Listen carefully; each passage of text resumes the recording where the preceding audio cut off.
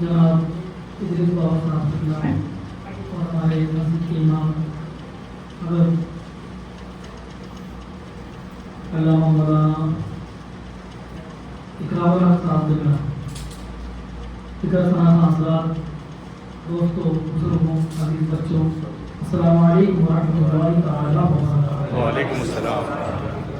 الحمدللہ رب العالمین والصلاة والسلام علی سید الانبیاء والمرسلین وعلی آلہ واصحابہ اجمعین، اما بعد فاعوذ باللہ من الشیطان الرجیم، بسم اللہ الرحمن الرحیم۔ الاخلاء یومئذ بعضهم لبعض عدو الا المتقین۔ صدق اللہ مولانا العظیم وبلغنا رسوله النبی الامین المتین المبین الکریم، ونحن على ذلك من الشاهدين والشاكرين والحمد لله رب العالمين۔ الہی خیر گردانی بحق شاہ جیلانی، الہی خیر گردانی بحق شاہ جیلانی، بگرداب بلا افتاد کشتی، ضعیفان و شکستہ رات کشتی، بحق یا خواجہ عثمان ہارونی، مدد کن یا معین الدین چشتی۔ قادریہ نعرہ یا غوث اعظم بھی سلام، قادریہ نعرہ یا غوث اعظم بھی سلام، لفظ شیخ احمد رضا خان قطب عالم بھی سلام، قادریہ نعرہ یا غوث اعظم بھی سلام، لفظ شیخ مرشدی متقی مفتی۔ ان اللہ وملائکتہ یصلون علی النبی یا ایھا الذین آمنوا صلوا علیہ وسلموا تسلیما۔ اللهم صل على سيدنا شفيعنا حبيبنا مولانا محمد وعلى آل سيدنا مولانا محمد مبارك وسلم، صلوا عليه صلاة وسلام عليك يا رسول الله صلى الله تعالى عليه وسلم۔ شاعر نے اپنی نسبتوں کے انداز کو اور اپنی نسبتوں کو اللہ کے ولی سے کس طرح منسوب کیا ہے، سماعت کریں۔ فرماتے ہیں کہ جب سے مومن تجھ سے نسبت ملی، جب سے مومن تجھ سے نسبت ملی، دل کو تسکین اور راحت ملی، اور سارے عالم میں بھٹکا مگر، سارے عالم میں بھٹکا مگر، تیرے کوچے میں مجھ کو راحت ملی۔ اور آپ دیکھیں کہ نانا محترم نجم الاتقیاء حضرت مولانا نظام الدین صاحب رحمۃ اللہ تعالی علیہ نے جب اس مسجد کی امامت قبول کی تو پھر مرتے دم تک اسی مصلی پر امامت فرمائی، جبکہ حالت یہ تھی کہ ان کے پاس بڑے بڑی جامع مسجدوں کے آفر آئے، کئی مختلف شہر اور قصبوں اور علاقوں سے لوگوں نے ان کے پاس عرضیاں پیش کی، بڑے بڑے اداروں نے ان تک رسائی کی، یہاں تک کہ جامعہ نعیمیہ تک کے اساتذہ نے آپ سے گزارش کی کہ آپ تشریف لائیں اور ہمارے یہاں پر درس و تدریس کا سلسلہ جاری فرمائیں۔ اور پیر و مرشد حضور مذکور شاہ حسن قادری رحمۃ اللہ تعالی علیہ بس اوقات فرمایا کرتے کہ فلاں جگہ سے امامت کا موقع آیا ہے، اچھی تنخواہ ہے، یہ ہے وہ ہے، سب کچھ بہت سارے آفر انہیں بتائے جاتے، لیکن آپ فرماتے کہ نہیں، میں اس مسجد کو چھوڑ کر نہیں جاؤں گا، کیونکہ مجھے جو بھی ملا اس مسجد سے ملا، اور یہ مسجد جن کی وجہ سے بنی اور جن کی بدولت یہ مسجد ہے وہ کوئی اور نہیں، وہ بابا مومن عارف صاحب کے ساتھ ہے۔ تو آپ یہی فرمایا کرتے کہ اسی مزار پر میں نے اپنے جب بھی آیا اور یہاں پر فاتحہ پیش پڑھی اور یہی نماز پڑھائی، اور اسی مسجد میں جب سے آیا ہوں تب سے، اس کے پہلے قرضے بھی تھے، سبھی کچھ تھا، غریبی تھی، جو لوگ پرانے وہ جانتے ہیں کیسے حالات تھے، کرایہ کا مکان تھا، کبھی کیا کیا، کبھی گوٹے چاندی کی مشین بھی لے آیا، وہ بھی سنی، سبھی کچھ کیا، لیکن کبھی ترقی نہیں ملی۔ لیکن جب سے حضرت کی بارگاہ میں حاضری دی، اللہ پاک نے اتنا نوازا کہ آج صرف مکان کی قیمت لگانے جائیں گے تو کروڑوں میں نکلے گی۔ اللہ پاک نے اتنا نوازا، اور عزت، یہ تو دولت کی بات ہے، اللہ نے عزت کتنی نوازی کہ اسی مسجد کے بعد پھر قضا کا منصب بھی ملا، اسی مسجد کے بعد اور عزت عروج پر آئی، اور آج دنیا انہیں نجم الاتقیاء کے نام سے جانتی ہے۔ یہ نسبتوں کی بات ہے۔ فرماتے ہیں کہ سارے عالم میں بھٹکا مگر، تیرے کوچے میں مجھ کو راحت ملی، ہے ہر ایک دل گھر آپ کا، ہے ہر ایک دل گھر آپ کا، ہر جگہ تیری ہی حکومت ملی، اور جس طرف بھی اٹھائی میرے نظر، جس طرف بھی اٹھائی میرے نظر، ہر جگہ تیری ہی مجھ کو صورت ملی، ہر جگہ ہی مجھ کو تیری صورت ملی، اور ہم سب کا دل سکون پا گیا، ہم سب کا دل سکون پا گیا جب سے تیری ہم کو محبت ملی، جب سے تیری ہم کو محبت ملی۔ حضرات گرامی قدر، آج فتنوں کا دور ہے،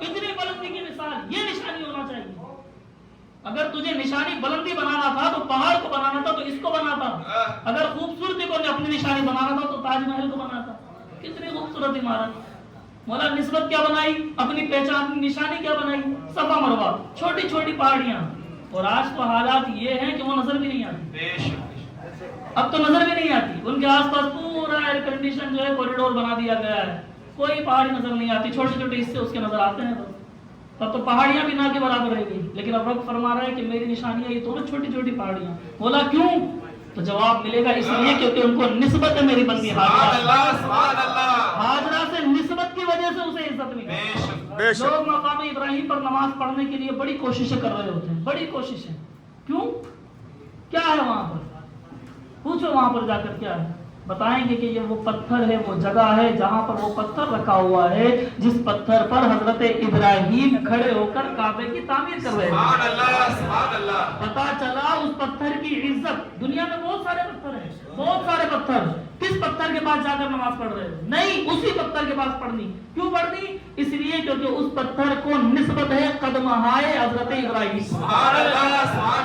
حضرت ابراہیم کے قدموں سے اسے نسبت ملی تو اتنی عزت ملی کہ لوگ وہاں نماز پڑھنے کو لڑ رہے ہیں. اور حضرت عمر میں جب حجر اسود کے سامنے پہنچے نا تو جا کر کے کبھی یہاں سے چومتے کبھی وہاں سے چومتے. لوگوں نے کہا حضور یہ کیا کر رہے ہیں؟ کبھی یہاں سے چوم رہے ہیں کبھی وہاں سے چوم رہے ہیں. فرمایا حجر اسود کی طرف مخاطب کر کے فرمایا، اس کو مخاطب کر فرما کر کے کہ تو ایک پتھر ہے، ایک پتھر کے سوا تیری کوئی حیثیت نہیں. یقین جان ایک پتھر کے سوا تیری کوئی حیثیت نہیں. تجھے اس لیے چوم رہا ہوں کیونکہ میں اپنے محبوب کے ہونٹوں کے نقش ڈھونڈ رہا ہوں.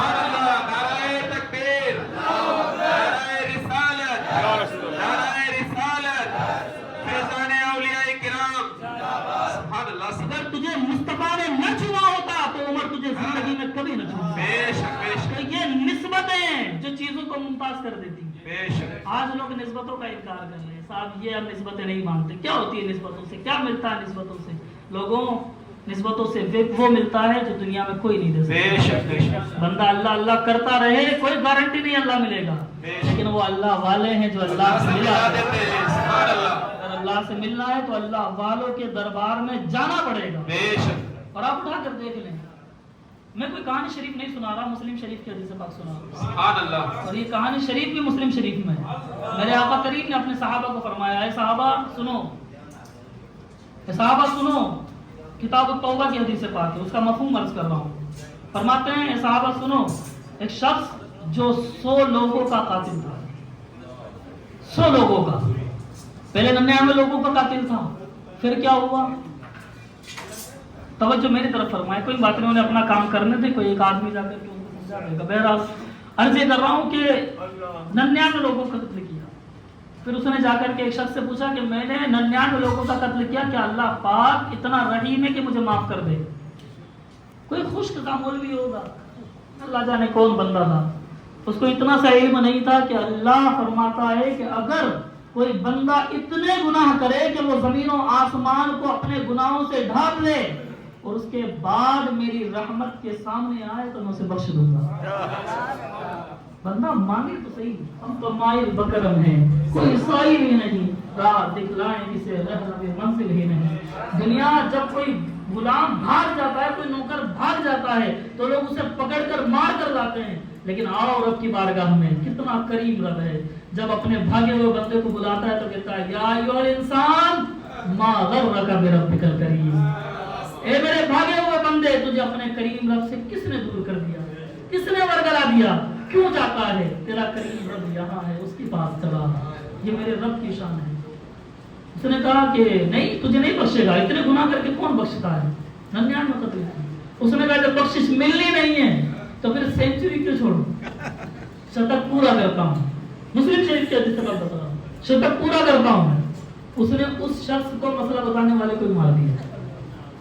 سینچری پوری، 100 قتل ہو گئے. اور پھر وہ پہنچا کسی ایک ایسے شخص کے پاس جس کو اللہ نے اپنی رحمتوں سے بھرا ہوا سینہ عطا فرمایا. جب اس کے پاس گیا تو اس سے کہا بھائی میں نے 100 قتل کیے ہیں، بتاؤ کیا اللہ معاف کر دے گا؟ اس نے جواب دیا کہ 100 کیا تو 1000 کر دے، ترغیب نہیں ہے، لیکن اگر تو 1000 قتل بھی کر دے اور ان قتل کے بعد سچی توبہ کرے اور رب کی بارگاہ میں دعا کرے، مغفرت مانگے، تو اللہ اتنا کریم ہے کہ تیرے تمام گناہوں کو بخش دے گا، بلکہ صرف بخشے گا نہیں، تیرے گناہوں کو نیکیوں سے کنورٹ کر دے گا، نیکیوں سے بدل دے گا۔ لیکن ایک شرط ہے، کہا کیا؟ کہا تجھے اپنے لیے دعا کسی اللہ والے سے کروانی، کسی اہل اللہ کے پاس جا، کہ کہاں جاؤں؟ کہ فلاں علاقہ فلاں گاؤں، وہاں پر اللہ کے ولی رہتے ہیں، ان کی بارگاہ میں چلا جا۔ وہ شخص اپنی جگہ سے اٹھا اور اللہ کے ولی کی بارگاہ کے لیے روانہ ہو گیا، جا رہا تھا، راستے سے گزرا تو موت کا تو کوئی وقت مقرر ہمارے حساب سے ہے نہیں، اللہ نے مقرر کیا ہوا ہے، اسے تو کوئی خبر نہ تھی۔ وہ چل رہا تھا، راستے میں اچانک موت کے فرشتہ حاضر ہوا اور اس کی جو ہے وہ قبض کر اس کا انتقال ہوا۔ ابھی اس کی جان اس کے جسم سے رخصت ہوئی، اس کی روح رخصت ہوئی کہ ادھر رحمت کے فرشتے بھی آ گئے اور عذاب کے فرشتے بھی آ گئے۔ اب رحمت کے فرشتے کہیں کہ ہم اسے لے کر جائیں گے، عذاب کے فرشتے کہیں ہم اسے لے کر جائیں گے، دونوں میں گفتگو شروع ہو گئی۔ رحمت کے فرشتے کہیں کہ اللہ کے ولی کے دربار میں جا رہا تھا اس لیے ہم لے کر جائیں گے۔ آپ دیکھیں یہ حدیث شریف کی بات بتا رہا ہوں، حضور فرما رہے ہیں کہ اللہ کے ولی کے دربار میں جا رہا تھا اس لیے ہم لے جائیں گے۔ دلیل دیکھو، اللہ کے ولی کے دربار، لوگ کہیں کہ کسی مزار کی زیارت کرنا جائز نہیں، مزار کی زیارت کرنے کون جاتا ہے؟ اس مٹی کے ٹیلے کو دیکھنے ہم بھی نہیں جاتے، ہم تو اس ولی کی روحانی زیارت کے لیے جاتے ہیں جو اس مٹی کے ٹیلے کے اندر ہے۔ یہ ہم بھی جانتے ہیں کہ مٹی نفع نقصان نہیں پہنچا سکتی، ہم اس کے لیے جاتے ہی نہیں، ہم اس سے لینا دینا کیا؟ ہمیں لینا دینا اس ذات سے ہے جو اس قبر کے اندر لیٹا ہوا ہے۔ سبحان اللہ، سبحان تو اللہ۔ اس کی محبت کے خاطر جاتے ہیں۔ کہا کہ صاحب جو ہے ہم لے کر جائیں گے کیونکہ اللہ کے ولی کے پاس جا رہا تھا۔ عذاب کے فرشتوں نے کہا تمہیں پتہ نہیں 100 لوگوں کا قاتل ہے، اسے تو ہم لے کر جائیں گے۔ دونوں میں ابھی بات چیت چل رہی ہے، دونوں نے کہا کہ ہمارا فیصلہ رب کی بارگاہ میں نظر کر دیں، اللہ کی بارگاہ میں پیش کر دیا۔ مولا اب تو ہی بتا کیا کریں، تو بتا کیا کریں۔ رب نے فرمایا وہ علام الغیوب ہے، جانتا سب ہے، لیکن پروٹوکول فالو کیا جاتا ہے، نظام بنایا جاتا ہے، پورا سسٹم فالو کیا جاتا ہے۔ رب نے فرمایا بتاؤ کیا معاملہ ہے۔ رحمت کے فرشتوں نے عرض کیا مولا کریم یہ میرا بندہ ہے، اللہ کے ولی کے دربار میں جا رہا تھا، توبہ کی سچی نیت کر لی تھی، توبہ کی سچی نیت، مغفرت کی دعا کے لیے اللہ کے ولی کے دربار میں جا رہا تھا، لہٰذا ہم چاہتے ہیں کہ اسے اپنے ساتھ لے جائیں۔ اللہ کے فرشتوں نے کہا مولا کریم لیکن اس نے 100 قتل کیے ہیں، 100، لہذا اس کی سزا تو جہنم ہی ہونا چاہیے، اسے ہم لے کر جائیں گے۔ رب نے فرمایا چلو ایسا کرو تم زمین ناپ لو، زمین ناپ لو، جدھر زیادہ قریب ہوگا وہی لے جاؤ، اگر ولی کی طرف زیادہ جھکا ہو، زیادہ قریب ہو تو رحمت کے فرشتے لے جانا، اور اگر گناہ کرنے والی جگہ کے قریب زیادہ ہو تو تم لے جانا عذاب کے فرشتے۔ اب سوال یہ ہے کہ مولا تو خالی نہیں پائے گا، تو مالک شجیات، تو ہی تو قادر مطلب، تجھے کیا ضرورت ہی لوگ، تجھے کیا ضرورت بانوں کی؟ تو ڈائریکٹ کہتا نہیں اسے عذاب ڈالنا ہے، عذاب میں لے جاؤ، عذاب کے فرشتے کو۔ تو چاہتا ڈائریکٹ کہہ دیتا مولا میں نے اس کو بخش دیا، جاؤ اسے جنت لے جاؤ۔ یہ کیا معاملہ ہوا کہ ناپ لو زمین کو، جدھر زیادہ ہوگی ادھر لے کر چلے جانا؟ تو جواب ملے گا لوگوں مجھے اپنے ولی کی عظمت بتانی تھی، مجھے بتانا تھا، میں چاہتا ڈائریکٹ بخش دیتا، لیکن اگر ڈائریکٹ بخش دیتا تو لوگ کہتے وہ تو اللہ ہے، رحیم ہے، کریم ہے، سبحان اللہ، سبحان اللہ، وہ تو ان اللہ علی کل شیء قدیر ہے، بخش دیا، اس میں ان کا کیا کمال، ولی کا کیا کمال۔ لیکن مجھے ولی کا کمال بتانا تھا کہ لوگوں دیکھو جب فرشتے ناپیں گے اور جب ناپیں گے تو ولی کے قریب اگر نکلے گا تو بخش دوں گا۔ سبحان اللہ، سبحان اور اللہ۔ وہی ہوا، اللہ پاک نے زمین کو حکم دیا، جب ناپنے لگے تو پتہ لگ گیا کیونکہ وہ تو اپنی منزل سے نکلا ہی تھا۔ سبحان اللہ۔ ولی کا جہاں جانا تھا اس کا مقام تو بہت دور تھا، اس جگہ سے نکلا تھا، اپنی منزل سے نکلا تھا، تو ابھی وہ جگہ دور تھی، یہ قریب تھی، لہذا عذاب کے فرشتوں کی جیت ہونی تھی، عذاب کے فرشتوں کو لے کر جانا تھا۔ لیکن رب نے زمین کو حکم دیا کہ زمین تے بن جا، سکڑ جا، چھوٹی ہو جا، فاصلے کم کر دے، جدھر ولی رہتا ہے اس کو قریب کر دے۔ صرف ایک بالشت زمین ولایت کے گھر کی طرف زیادہ نکلی، ایک بالشت زمین صرف زیادہ نکلی، اس ایک بالشت کی وجہ سے وہ شخص وہ شخص بخش دیا گیا. سبحان اللہ. یہ نسبت ہے ولی کی, یہ ہے نسبت ولی کی, کہ اگر ولی کی نسبت ملے 100 آدمی ہو کا قاتل بھی ہو, لیکن پھر اگر سچی توبہ کر لے اور ولی کے دربار میں جانے کا ارادہ کر لے تو اس کی قربت کی وجہ سے, اس کی قربت کی وجہ سے اللہ پاک اسے جنت عطا کر دیتا ہے. چلو آپ کہو گے صاحب حدیث پاک ہے, ضعیف ہو سکتی ہے, حالانکہ نسبت آپ مانتے نہیں ہو, پھر بھی چلو کوئی بات نہیں, قرآن سے بات کر لیتے ہیں, قرآن کی بات کر لو. آپ یہ بتاؤ مسجد میں کتا آئے گا تو پھر کیا کرو گے, کیا کرو؟ پہلے تو کتے کو مار کر بتاؤ, پھر پوری مسجد کو اچھے سے دھویا جائے گا. صدر صاحب کہیں گے صاحب کتا آیا تھا, پتہ نہیں پاک تھا ناپاک تھا, مسجد کو دھو, پاک پانی لاؤ اور اچھے سے دھو, اچھے سے مسجد کو دھلا جائے گا اور گلاب جل سے دھویا جائے گا. کتا ایسی چیز ہے, کسی کے لگ جائے تو بندہ شک میں آ جاتا ہے کہ نہ ہو کہ نہ ہو, حالانکہ کتا پورا نجس نہیں ہے, نجس رائن نہیں ہے, اس کا تھوک ناپاک ہے, کتے کا تھوک ناپاک ہے, پورا جسم نجس رائن نہیں. ہاں لیکن اگر اس کے جسم پر نجاست لگی ہو تو پھر بندے کو اپنا جسم یا اپنا کپڑا پاک کرنا ہوگا. بہرحال مسجد میں کتا آ جائے تو آپ برداشت نہیں کرو گے.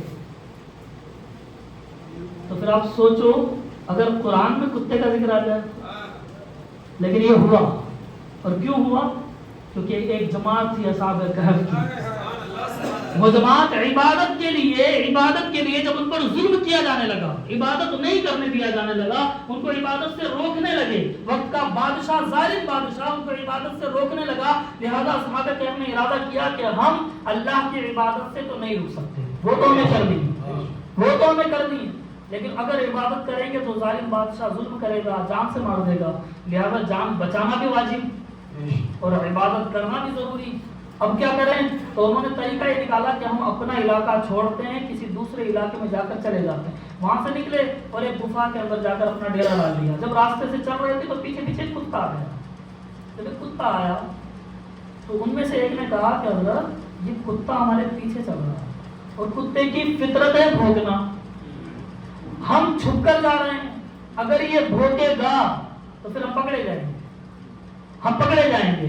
تمام گھوم کر اس کی طرف دیکھنے لگے تو اس کتے نے بھی زبان حال سے کہا, ہاں میں کتا ضرور ہوں, لیکن مجھے پتا ہے کہاں بھونکنا ہے کہاں چپ رہنا.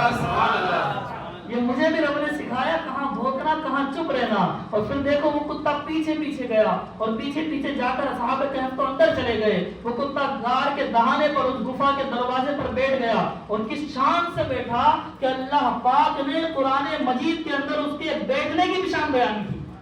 وَقَلْبُهُمْ بَاسِطٌ ذِرَاعَيْهِ بِالْوَسِيطِ, کا کتا اپنی باہیں پھیلا کر دروازے پر بیٹھا رہتا تھا. یہ قرآن میں ذکر ہو رہا, ہم نمازوں میں پڑھتے ہیں, اس کو نمازوں میں پڑھ رہے ہیں. کیوں؟ اور یہی نہیں, علماء فرماتے ہیں کہ اس کتے کی شان یہ ہوگی کہ کل بروز حشر اس کتے کو انسانی شکل میں اٹھایا جائے گا اور اسے جنت میں اصحاب کہف کے پیچھے پیچھے لے جایا جائے گا. تو یہ نسبت ہے بزرگوں کی, یہ ولیوں کی نسبت ہے کہ اگر کتا بھی ہو اور ولیوں کا وفادار ہو, ان کا غدار نہ ہو, ان کا وفادار ہو, تو پھر اللہ پاک اسے بھی جنت میں بھیج دے گا. سبحان اللہ. اب سوچو کہ اصحاب کہف کے کتے کی یہ شان, تو پھر اللہ کے نبی کا امتی کسی ولی سے محبت کرے, اس سے اپنا رشتہ جوڑے, اس سے نسبت لگائے, تو پھر اسے اللہ کتنی شان عطا فرمائے گا, اسے کتنی عظمت عطا فرمائے گا. حضرات گرامی قدر, یہ نسبتوں کی بات ہے. قرآن مجید کی جو آیت میں نے پڑھی, اللہ پاک نے فرمایا قرآن پاک کے اندر کہ قیامت کا دن, وہ قیامت کا دن جب ہر عزیز سے عزیز تر دوست ایک دوسرے کا دشمن بن جائے گا, دشمن بن جائیں گے سب ایک دوسرے.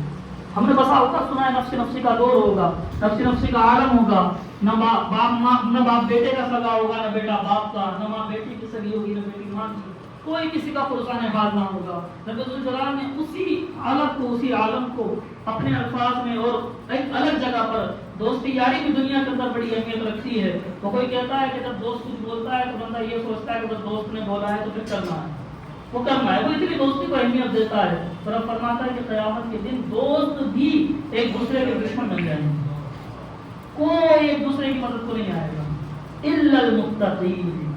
لیکن ہاں کچھ دوست ہوں گے جو تقوی والے ہوں گے, تو وہ تقوی والے دوستوں کی شان یہ ہوگی کہ اللہ پاک ان دوستوں کی دوستی زندہ رکھے گا، اور بندہ جب کسی متقی سے اپنی دوستی رکھے گا تو پھر وہ متقی اس دوستی کو یاد رکھے گا، اور وہ کمزور دوست، وہ کم عمل دوست، وہ کم علم والا دوست، وہ گنہگار دوست اس متقی کے پاس جائے گا، اے اللہ کے بندے، اے اللہ کا خوف رکھنے والے، میں دنیا میں تیرا دوست تھا، مجھے دوستی کا صلہ نہیں دے گا، مجھے دوستی کا بدلہ نہیں دے گا، تو وہ متقی رب کی بارگاہ میں عرض کرے گا، مولا یہ دنیا میں میرا دوست تھا، میرے ساتھ بیٹھا کرتا تھا، میری مجلس میں آیا کرتا تھا، میری محفل میں آیا کرتا تھا، مولا اسے میری دوستی کی بدولت بخش دے، اور اللہ پاک اس دوستی کی بدولت بخش دے گا۔ روایت میں ہے کہ ایک دوست کو پیش کیا جائے گا، دو دوست دنیا کے اندر، ایک نیک تھا، دوسرا جو ہے کبھی کبھی بدعملیاں کر دیا کرتا تھا، گناہ کر دیا کرتا تھا، غلطیاں کر دیا کرتا تھا۔ تو قیامت کے دن ان دوستوں کا فیصلہ ہوگا، ایک دوست کو جہنم میں بھیج دیا جائے گا، اس کے گناہوں کی بدولت اسے جہنم میں بھیج دیا جائے گا، دوسرا دوست کے نیک تھا، پرہیزگار تھا، لہٰذا اسے جنت میں بھیجنے کا حکم دے دیا جائے گا، تو تم جنت میں جاؤ۔ جب وہ جنتی دوست کو بھیجا جائے گا تو جنتی دوست کھڑا رہ جائے گا، جائے گا بھی، رک جائے گا، کھڑا ہو جائے گا بھی، رب فرمائے گا جنت میں جاؤ، کیوں نہیں جاتے؟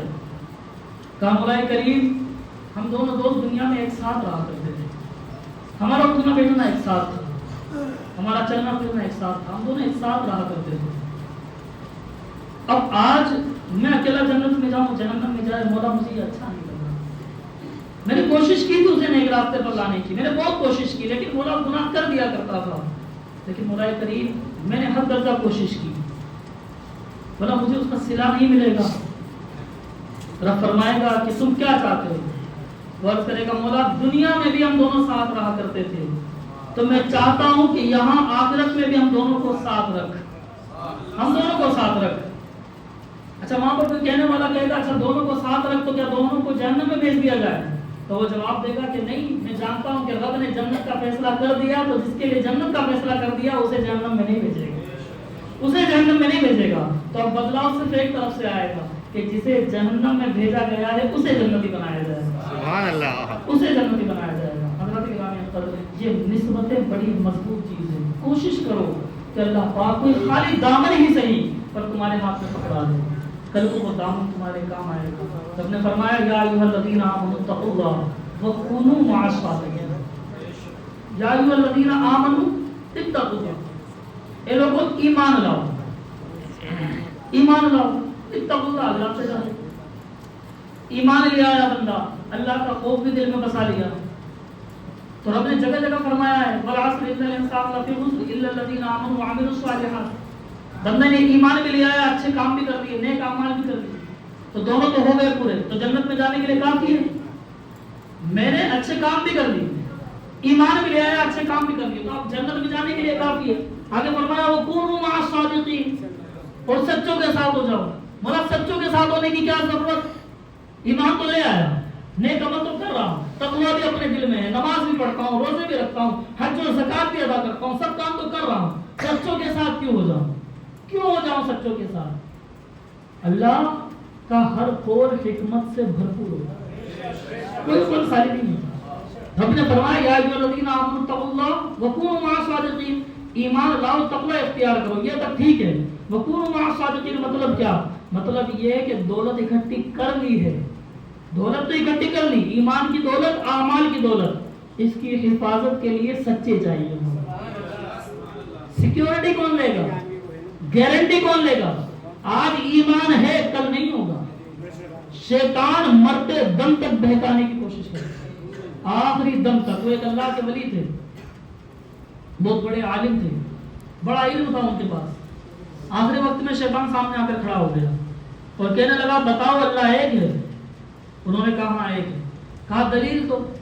انہوں نے دلیل دینی شروع کی، وہ دلیل دیتے شیطان کاٹ دیتا، وہ دلیل دیتے شیطان کاٹ دیتا، وہ دلیل دیتے شیطان کاٹ دیتا، اس طرح کر کے تقریباً 999 دلیل انہوں نے دی، اللہ کے ایک ہونے کی 999 دلیل دے چکے، شیطان ہر دلیل کو کاٹ چکا تھا، اب آخری دلیل تھی، اب آخری دلیل تھی، اور یہ پریشانی میں تھے کہ اب جانے کا وقت ہے، یا تو ایمان جائے گا یا تو کفر پر موت ہوگی، اب کیا کروں؟ اور پوری زندگی دین کی خدمت کرنے والا، پوری زندگی اللہ کی خود پھنس گیا, آج خود ہی پھنس گیا, اتنا بڑا عالم خود پھنس گیا. اتنی ساری دلیل, 999 دلیل دے چکے. آخری دلیل شیطان نے کہا چلو دلیل دو, انہوں نے دلیل دی, شیطان نے پھر کاٹ دی. جیسے شیطان نے کاٹی وہ پریشانی میں مبتلا تھے, ابھی پریشانی کا عالم تھا, پسینہ پسینہ تھے کہ اتنے میں مرشد کی آواز آئی, پیر کی آواز آئی کہ ارے کہتا کیوں نہیں کہ میں نے اللہ کو بغیر کسی دلیل کے ایک مانا ہے.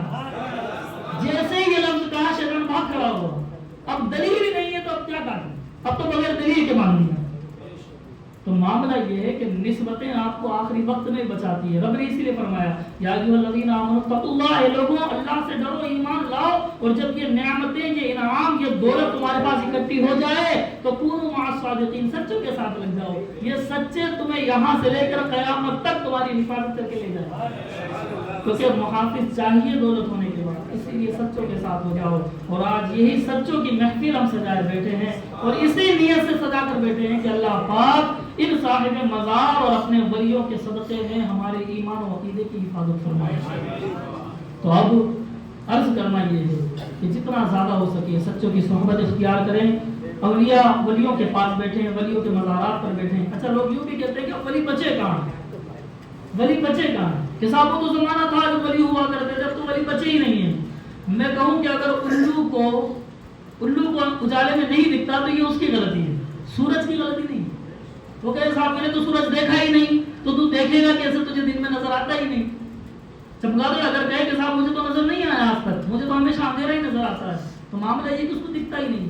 کوئی بندہ اگر یہ کہے کہ صاحب میں نے تو جو ہے کبھی فلاں دیش دیکھا ہی نہیں, تو اس کے نہ دیکھنے سے دیش نہیں ہوگا, ایسا ضروری نہیں. تو معاملہ یہ ہے کہ اگر کوئی انکار کرے کہ میں نے ولی دیکھے نہیں, تو اس کا مطلب یہ نہیں کہ نہیں ہوتے. اچھا ولی ہوتے ہیں, اس بات کی دلیل یہی آیت پاک ہے. رب نے فرمایا یا ایھا الذین آمنوا اتقوا اللہ وکونوا مع الصادقین, اور قرآن قیامت تک کے لیے آیا. قرآن صرف 1400 سال پہلے کے لیے نہیں آیا تھا, قرآن قیامت تک کے لیے آیا. اللہ کی یہ ایسی کتاب ہے جو قیامت تک کے لیے جو کہ تو ہے. اور علامہ قمر الزمان خان اس میں فرماتے ہیں صرف قرآن کا نزول بند ہوا ہے, قرآن کی آیات کا نزول بند ہو گیا, لیکن اس کے معانی اور مفاہیم کا نزول قیامت تک ہوتا رہے گا. اور یہ ذمہ داری علماء پر آئی ہے, یہی ذمہ داری علماء پر آئی. حضرت عمر فرماتے ہیں کہ ہمیں حضور کا بظاہر حضور کا زندگی سے رخصت ہوگی, رخصت ہی ہوگی حضور کی بظاہر, لیکن اس زمانے تک بھی ہمیں سود کے مسائل ازمت نہیں ہوئے, سود کا معاملہ کلیئر نہیں تھا. حضرت عمر فرماتے ہیں ہمیں سود کا معاملہ کلیئر ہی نہیں ہوا. کیوں کلیئر نہیں ہوا؟ اس لیے کلیئر نہیں ہوا کیونکہ آخری زمانے تک علم کے اوپر تحقیق کی جانی ہے, قیامت تک نئی نئی چیزیں نکل کے آنی ہیں. سود کے بہت سارے انداز نکل کر آنے تھے, بہت سارے طریقے نکل کر آنے تھے, نئے طریقوں سے سود کو بازار میں آنا تھا. لہذا حضور نے سارے طریقے نہیں بتائے, ایک مول قانون بتا دیا کہ کسی بھی ہم جس چیز پر زیادتی کو سود کہا جاتا ہے, اور یہ کہہ کر قانون بتا کر فری ہو گئے. اب قیامت تک یہ ذمہ داری پہلے صحابہ پر تھی, صحابہ کے بعد تابعین پر, تابعین کے بعد تبع تابعین پر, پھر اولیاء کاملین پر, پھر ائمہ مجتہدین پر, اور اب علماء پر یہ ذمہ داری ہے کہ وہ نئے نئے طریقوں کو قرآن سے اخذ کر کے بتائیں. علامہ قمر الزمان خان فرماتے ہیں کہ صرف قرآن کی آیات کا نزول بند ہوا, اس کے معانی اور مفاہیم قیامت تک اسی طرح نازل ہوتے رہیں گے, اسی طرح لوگوں کے ذہنوں میں آتا رہے گا. اچھا یہ بات اب آئی ہے, ارے قرآن کی فلاں آیت اس کا ذکر ہے, اب پتہ لگتا ہے, لوگ تحقیق کرتے ہیں کہ صاحب یہ فلاں چیز. فنگر پرنٹس کی جب ایجاد ہوئی, سائنٹسٹ نے بتایا کہ فنگر پرنٹس دنیا میں ہر ایک آدمی کے الگ الگ ہوتے ہیں. یہ بہت سالوں بعد پتہ لگا, لیکن پھر اس وقت جب یہ بات بتائی گئی تو عرب کے کسی عالم دین نے یہ بات بتائی کہ قرآن پاک کے 5ویں پارے کے اندر فنگر پرنٹ کا ذکر آلریڈی موجود ہے, آلریڈی موجود ہے. رب فرما رہا ہے قرآن پاک کے 5ویں پارے کے اندر, رب فرما رہا ہے کہ ہم تمہیں قیامت کے بعد تمہاری پور سے دوبارہ زندہ کر دیں گے. عرب کے اس وقت کے جو مکہ کے مشرک تھے وہ کہا کرتے تھے کہ ہم مر جائیں گے, مٹی میں مل جائیں گے, جل جائیں گے, خاک ہو جائیں گے, ہمیں جانور کھا جائیں گے, تو پھر ہمیں اللہ کیسے بنائے گا. تو اللہ نے قرآن میں ذکر کیا کہ ہم تمہارے پوروں کے ذریعے, انگلیوں کے پوروں کے ذریعے دوبارہ زندہ کر دیں گے. وہاں اشارہ تھا کہ تمہارے فنگر پرنٹس تو موجود رہیں گے, تم مر جاؤ گے کوئی بات نہیں، تمہارے فنگر پرنٹس موجود رہیں گے، ان پرنٹ سے ہی ہم تمہیں دوبارہ قیامت کے دن زندہ کر دیں گے۔ تو قرآن کے معنی قیامت تک نازل ہوتے رہیں گے، اور جس دور میں بھی قرآن کو پڑھا جائے گا ایسا لگے گا کہ آج ہی نازل ہوا ہے۔